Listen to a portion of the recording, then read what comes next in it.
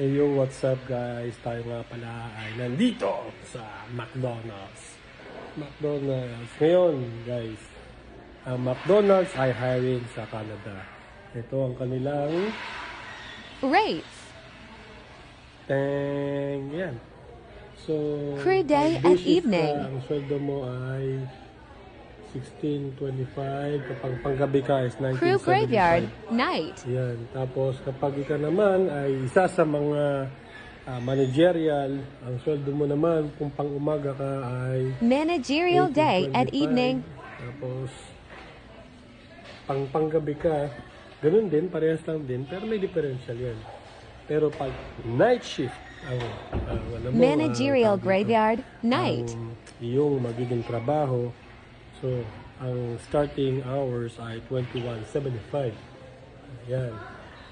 So ito yung mga managerial type na trabaho rito. No? So kung crew member ka lang, it's 19.75. Ayan. So ano pa hinihintay nyo guys? Maghanap na Agencies. IPAMS.